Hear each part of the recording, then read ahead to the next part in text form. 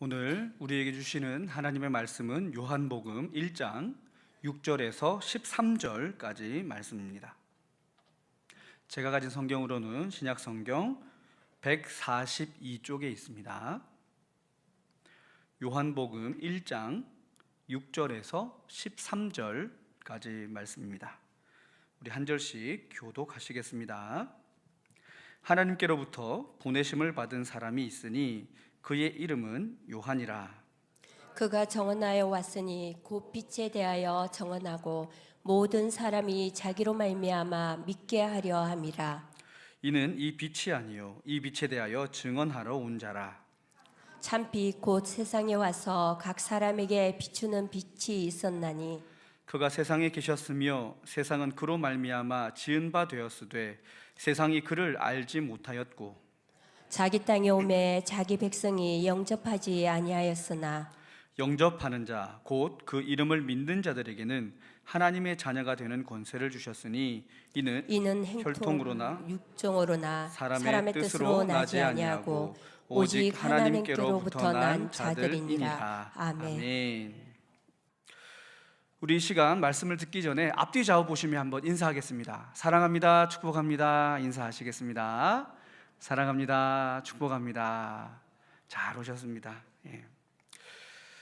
오늘은 요한복음 산책 세 번째 시간입니다.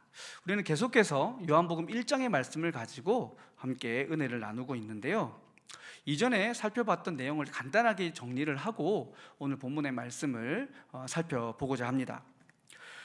요한복음에서 사도 요한은 이 영적 복음서라고 하는 그런 별명이 생길 정도로 예수님을 굉장히 신성시, 그렇게 신적인 모습을 강조하면서 글을 쓰고 있습니다. 사도 요한은 복음서를 쓰기 시작하는 그 1장 1절에서부터 예수님을 아주 강한 메시지로 소개하고 있는데, 태초에 말씀이 계시니라 라고 하는, 어쩌면 창세기 1장 1절 말씀이 떠오르게 하는 그런 말씀으로 예수님과 하나님은 동등한 분이시다라는 것을 선포한 이후에 예수님에 대한 이야기를 풀어가고 있습니다.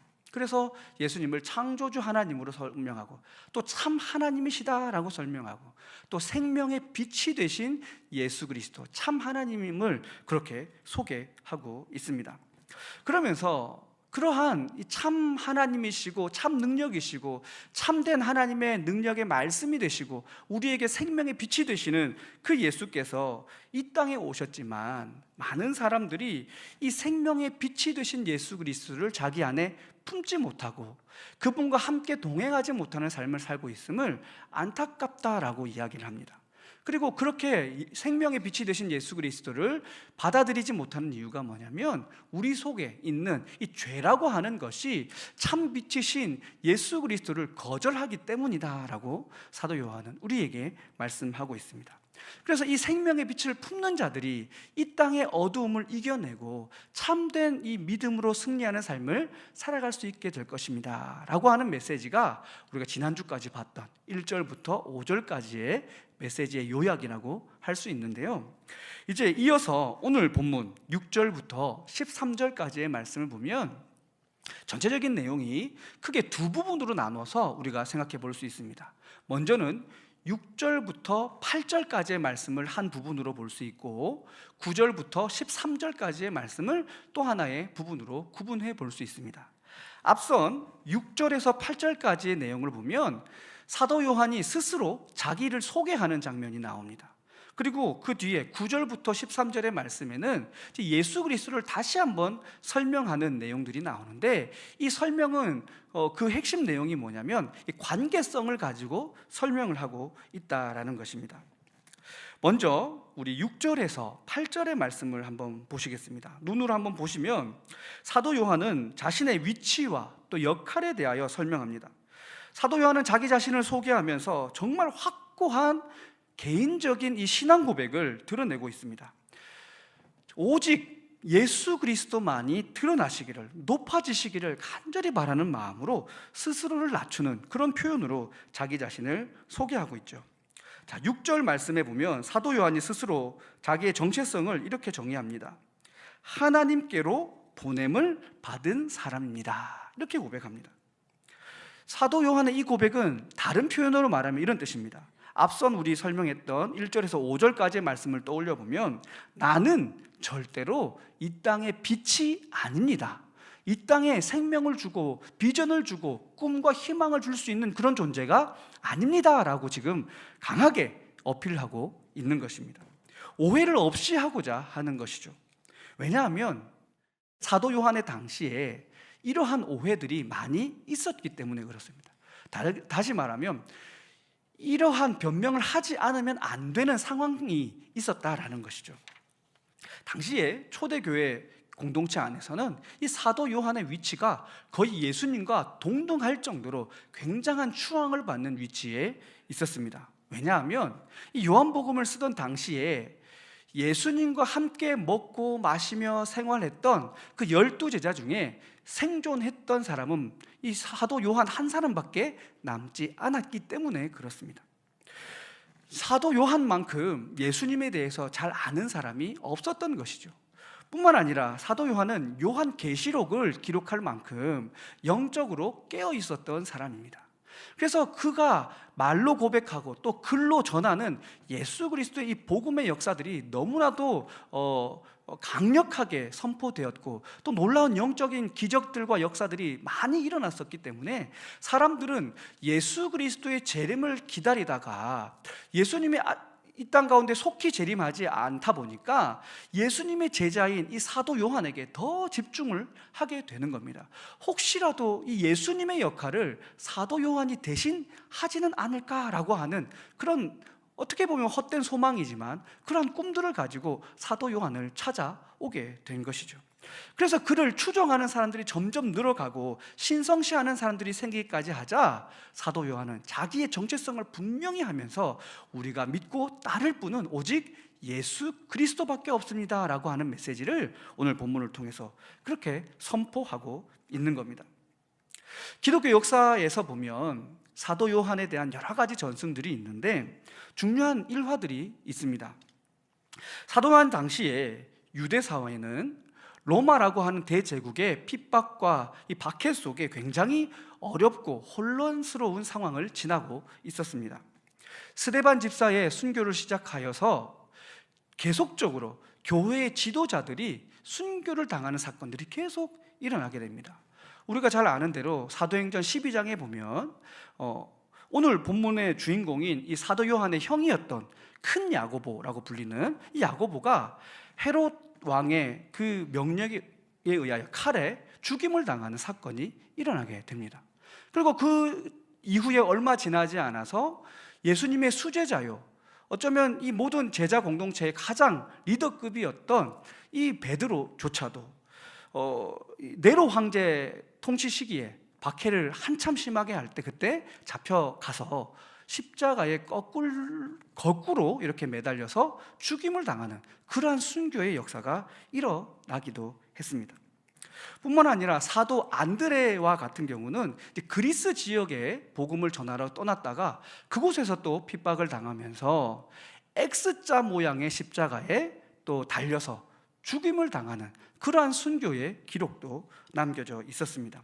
이 외에도 우리가 흔히 의심 많은 도마 이렇게 부르는 이 사도 도마의 경우도 인도까지 그렇게 걸어서 복음을 전하러 갔다가 그곳에서 창에 맞아 순교하는 그런 안타까운 일들도 있었고, 또 사도 바돌로메 같은 경우도 이 아르메니아 지역에 복음을 전하다가 그곳에서 돌에 맞아 죽는, 살가죽이 벗겨져서 죽는 그런 너무나도 고통스러운 그런 순교의 현장을 경험하기도 했습니다. 12번째 사도였던 마띠아조차도 복음을 전하다가 이 전승이 좀 여러 가지가 있긴 하지만 에디오피아에서 십자가에 달려 죽임을 당했다, 그런 기록이 남겨져 있을 정도로 모든 사도들이 그렇게 아주 고통스러운 순교를 경험했던 그러한 상황 속에서 유일하게 순교하지 않고 끝까지 남아 있어서 자연사했던 유일한 사람이 바로 이 사도 요한이었던 것이죠. 그렇기 때문에 사람들은 이 사도 요한을 굉장히 신성시하는 겁니다. 하나님의 돌보심과 함께하심의 역사가 그와 함께하고 있다라고 믿었던 것이죠. 물론 이 사도 요한이 죽음의 이 고비를 경험하지 않았던 건 아닙니다. 당시 로마가 기독교를 박해하는 과정 속에서 당연히 이 초대교회의 가장 힘 있는 지도자 중에 한 명이었던 이 사도 요한을 죽이려고 했습니다. 그래서 그를 체포한 이후에 거대한 가마솥을 준비하고 거기에 기름을 부어서 펄펄 끓입니다. 그리고 거기에 이 사도 요한을 집어 던졌습니다. 그러자 어떻게 됐을까요? 당연히 고통스러워하고 몸이 다 타올라야 하지만 아무런 해도 입지 않는 놀라운 기적이 일어나게 됩니다. 그래서 이 요한에게 하나님의 신성이 있구나, 신이 그를 보호하고 있구나라고 하는 그러한 소문이 나게 되고, 그래서 그를 차마 사형시키지 못하고 반모섬으로 유배를 보내는 그러한 기록들도 남아져 있습니다. 그리고 그 이후에 또 이 사도 요한을 그대로 살려두기가 좀 불안했던 로마 황제는 사람을 사가지고 사도 요한을 암살할 계획을 세웁니다. 그래서 그가 먹고 마시는 잔에다가 독을 풀어놓도록 그렇게 작업을 하죠. 그런데 그 잔을 들고 마시기 전에 사도 요한은 주님께 기도합니다. 이 음식을 먹고 마심으로 하나님 앞에 강건하게 해달라고 그렇게 기도하고 이 잔을 마시려고 하는데 그 안에 넣었던 독이 뱀으로 변해가지고 컵에서 빠져나왔더라라고 하는 그런 기적에 대한 이야기도 전승을 통하여 소개되고 있습니다. 우리 한번 화면을 먼저 한번 보시겠습니까? 이게 이제 사도 요한의 그림 가운데 하나인데요. 손에 잔을 들고 있지 않습니까? 그 가운데 뭐가 보이시죠?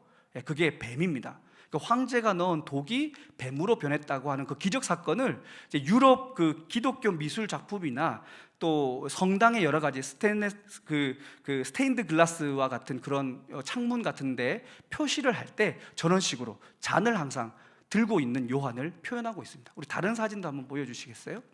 네, 이렇게 손에 이렇게 잔을 하나 들고 있죠.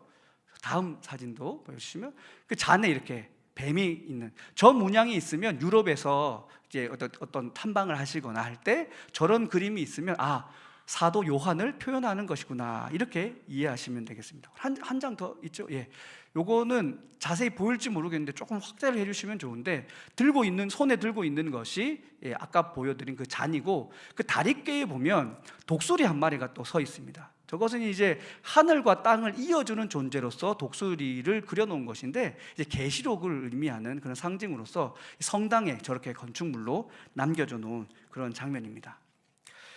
이렇게 하나님의 보호하심 속에 기적적인 사건들이 사도 요한에게 지속적으로 일어나니까 하나님이 주시는 예언의 말씀들이 끊임없이 선포되었기 때문에 사람들은 이 사도 요한을 신성시하게 되는 겁니다.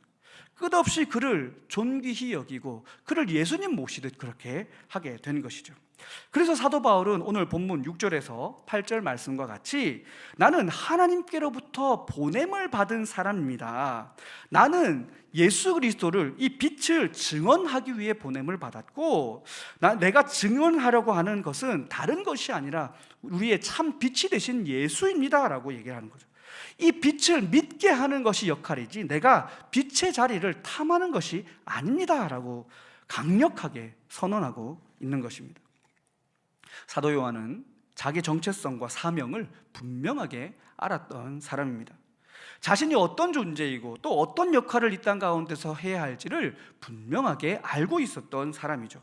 그렇기 때문에 주변 사람들이 아무리 그를 신성시하고 높여주고 그를 섬기려 해도 그는 교만해지지 않았고 겸손하게 오직 예수 그리스도만을 증언하는 귀한 삶을 살아갈 수 있었던 것입니다.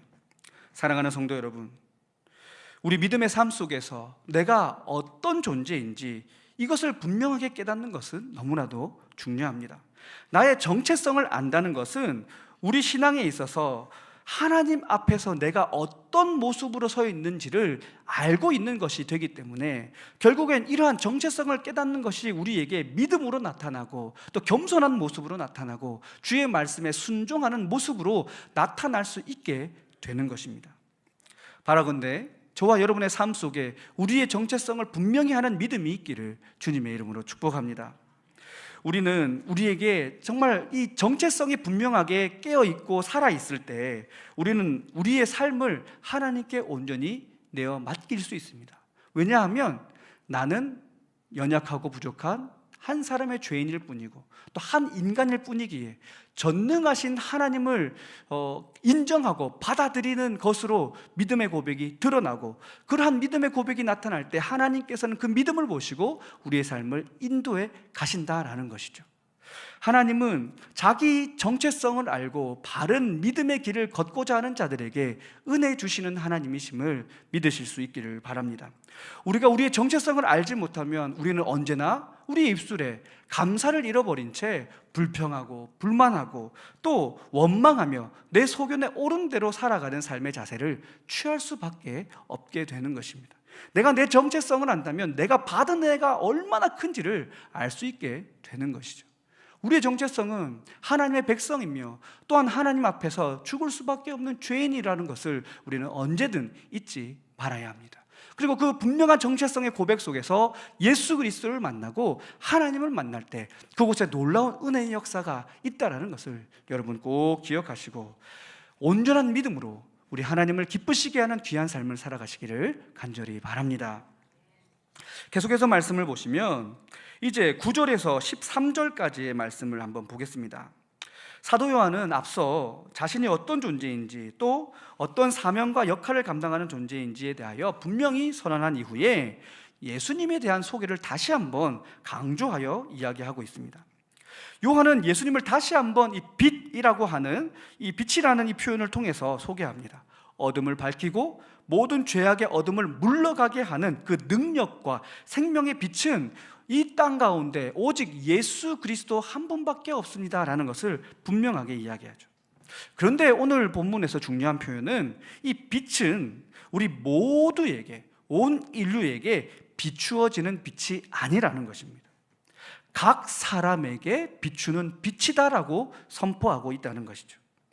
우리 모두에게, 우리 모든 교회 공동체 위에 임하는 비추어지는 빛이다라는 설명이 아니라 각 사람에게 비추는 빛이라고 분명히 말씀하고 있습니다. 왜 이런 표현을 썼을까요? 그것은 예수 그리스도의 구원과 역사에 대해 지금 말씀하고 있는 것입니다.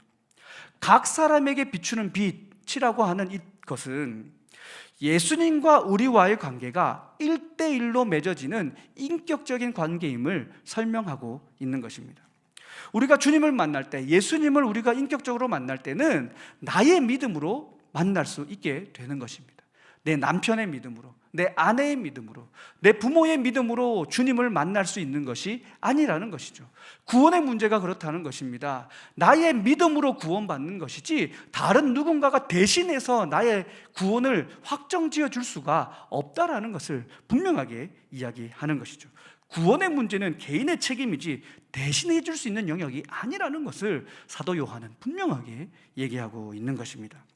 그래서 오늘 본문 12절에서 13절의 말씀을 사도 요한이 기록하고 있는 것인데요, 우리 같이 한번 읽어보겠습니다. 본문 12절에서 13절입니다. 같이 읽겠습니다. 시작.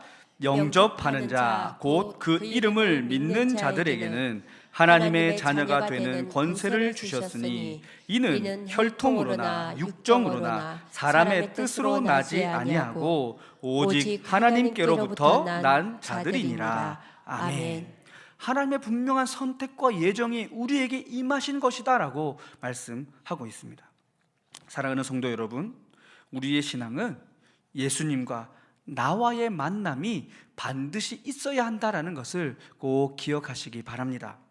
그 누구도 나의 믿음을 대신해 줄 수 없다는 것을 언제든 잊지 않기를 바랍니다. 그래서 우리는 예수님을 잘 믿고 또 열심히 믿어야 하는 것입니다.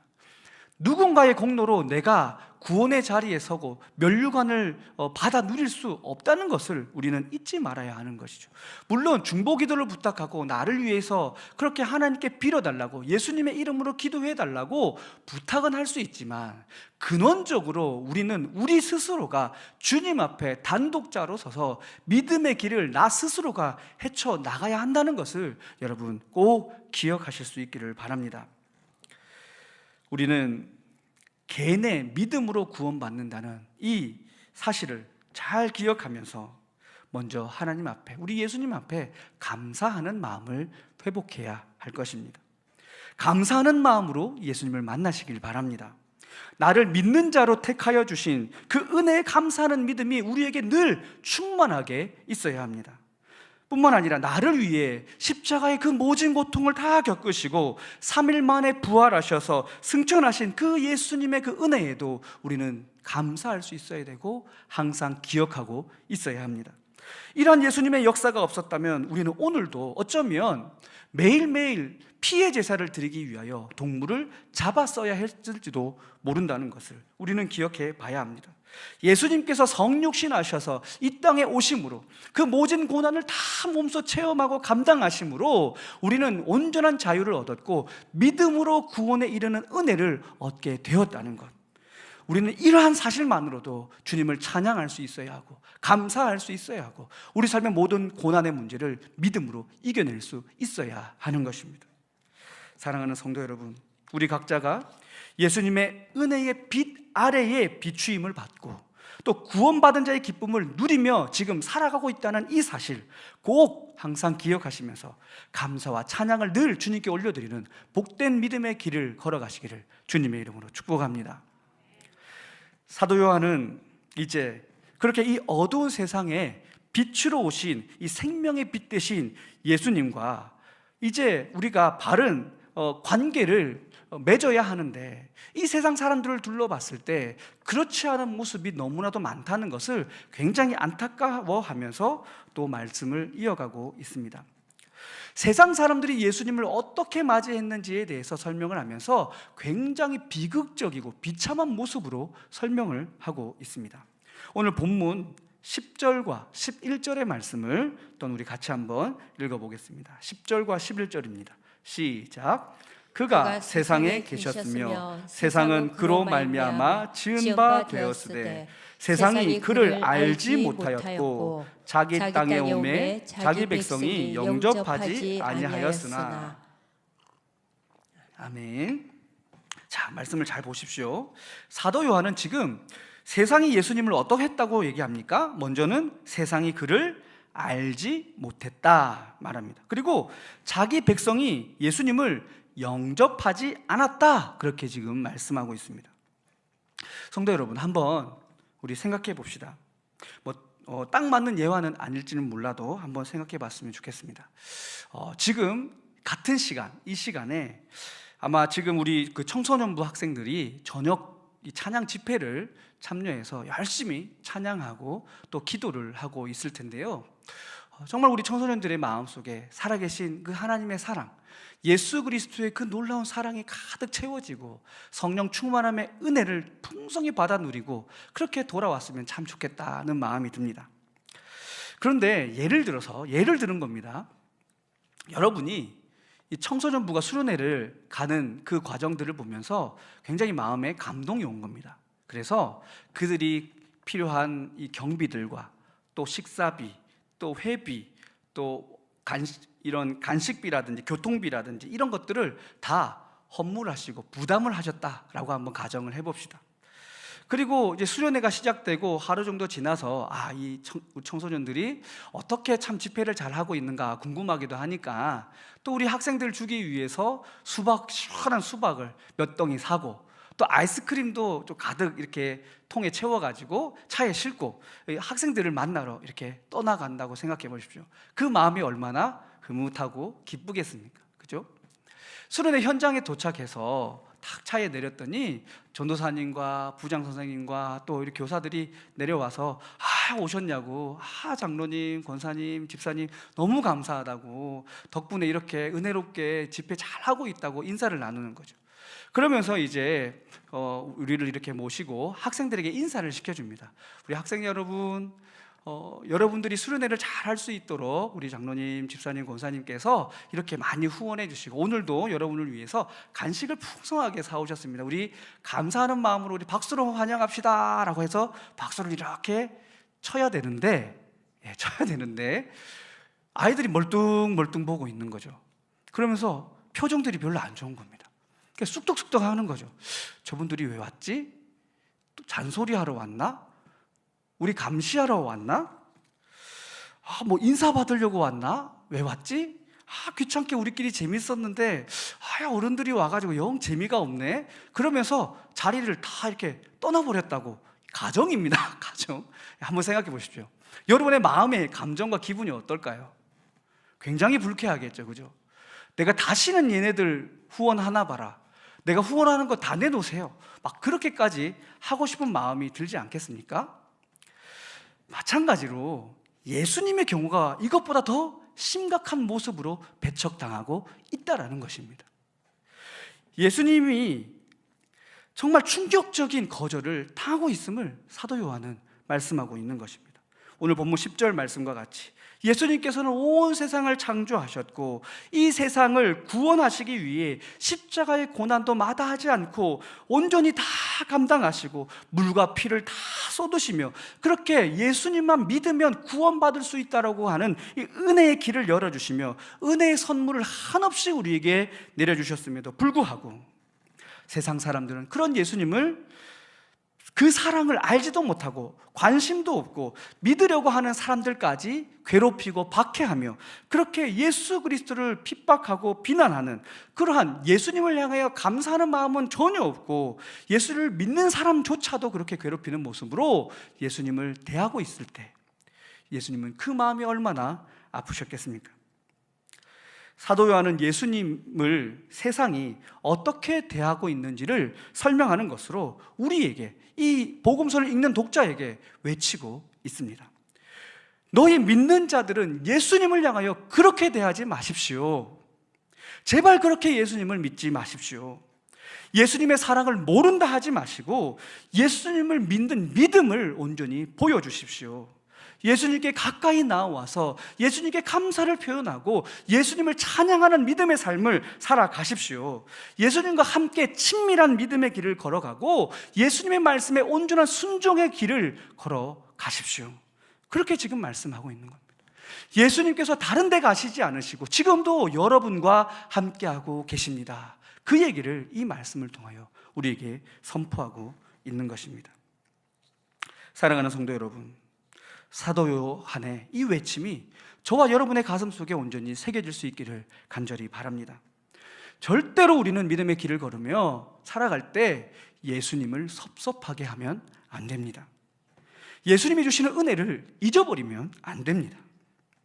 예수님은 우리를 위해 구원의 그 모진 고통을 다 감당하셨고 오늘도 우리 곁에 오셔서 우리와 함께 하고자 우리의 기도를 들으시고 응답하시는 하나님이심을 여러분 믿으시기 바랍니다. 그리고 믿는 자답게 이 세상에서 예수 그리스도 그 생명의 빛을 용기 있게 전파하며 예수님을 기쁘시게 하는 복된 삶을 살아가시기를 주님의 이름으로 축복합니다. 이제 말씀을 정리합니다. 사도 요한은 1장 6절에서 13절까지의 말씀을 통하여 사도 요한이라고 하는 자기 정체성과 또 예수 그리스도가 어떤 분이신지 그분의 정체성에 대하여 우리에게 이야기하면서 하나님을 믿는 성도들에게 권면하고 있습니다. 자기 정체성을 알고 그 정체성다운 믿음의 길을 걸어갈 것을, 그러한 믿음을 가지고 살아갈 것을 우리에게 요청하고 있습니다. 사랑하는 성도 여러분, 우리는 하나님이 택하신 백성임을 믿으시기 바랍니다. 하나님께서 구별하신 성도임을 꼭 기억하고 살아가시기를 바랍니다. 성도다운 삶을 사십시오. 예수님을 향하여, 예수님이 주시는 말씀을 향하여 모른다 하지 마시고 하나님이 주시는 그 말씀 앞에 온전한 순종으로 나아갈 수 있기를 간절히 바랍니다. 우리는 예수님의 말씀에, 그 선포되는 이 성경 말씀에 온전히 순종하여 살아가야 하는 주님이 선택하신 특별한 하나님의 백성임을 꼭 기억하시고 이러한 믿음으로 이 세상을 이기며 살아가시기를 바랍니다. 때때로 우리는 너무나 내 감정과 또 내 인간적인 형편과 내 입장에 빠져서 이 세상을 살아갈 때가 많이 있습니다. 나만 바라보고 나의 만족만을 구하며 그렇게 살아가는 것이죠. 그런데 이러한 인생은 결코 그 어디에서도 참된 기쁨과 감사와 만족을 누릴 수 없다는 것을 우리는 잊지 말아야 합니다. 오직 예수 그리스도를 믿는 믿음 안에만 참된 만족과 기쁨이 있다는 것을 기억하시기 바랍니다. 우리 인생이 행복한 인생이 되고 만족함과 감사와 찬양이 넘치는 인생이 될 뿐 아니라 언제나 우리의 인생이 즐겁고 행복하고 기쁜 인생이 되기를 원하신다면 우리 마음속에 내 진심이 정말 나를 구원하고 살려주시는 이가 예수 그리스도이십니다라고 하는 이 믿음의 고백이 식어지지 않아서 언제나 먼저 주님 앞에 찬양하고 감사의 영광을 올려드리는 귀한 삶을 살아가는 저와 여러분이 되시기를 간절히 바랍니다. 그 믿음으로 이 땅을 승리해 가시기를 주님의 이름으로 축복합니다. 기도하시겠습니다. 사랑과 은혜가 충만하신 아버지 하나님, 감사합니다. 하나님, 우리 속에 성령 충만함이 있길 원합니다. 내가 주님 앞에서 죽을 수밖에 없는 죄인이라는 이 정체성을 잊지 않게 하옵소서. 나는 하나님의 백성이며 성도임을 잊지 않게 하옵소서. 주께서 허락하신 직분자임을 잊지 않게 하여 주옵소서. 나를 구원하시고 살려주시는 분은 오직 예수 그리스도 한 분밖에 없다는 것을 언제나 잊지 않게 하셔서 오직 주의 말씀만 들으며 순종하여 살아가는 우리의 삶이 되게 하여 주시옵소서. 주님을 믿는 믿음으로 승리하는 하루하루를 살아갈 것을 믿음으로 고백합니다. 하나님, 우리의 다짐을 받아 주시옵소서. 이 모든 말씀 우리 주 예수 그리스도의 이름으로 기도드리옵나이다. 아멘. 이제는 우리 주 예수 그리스도의 은혜와 아버지 하나님의 지극하신 사랑과 성령 하나님의 교통하심의 역사가 자신의 정체성을 바로 알고 하나님 앞에서 겸손하여서 오직 예수 그리스도만 이 땅에 드러내고 높이는 귀한 삶을 살아갈 것을 믿음으로 다짐하는 서대전 중앙교회 모든 성도들 머리 위에와 이들의 가정과 직장과 삶의 터전 위에 이제로부터 영원토록 함께 하옵시기를 간절히 축원하옵나이다. 아멘.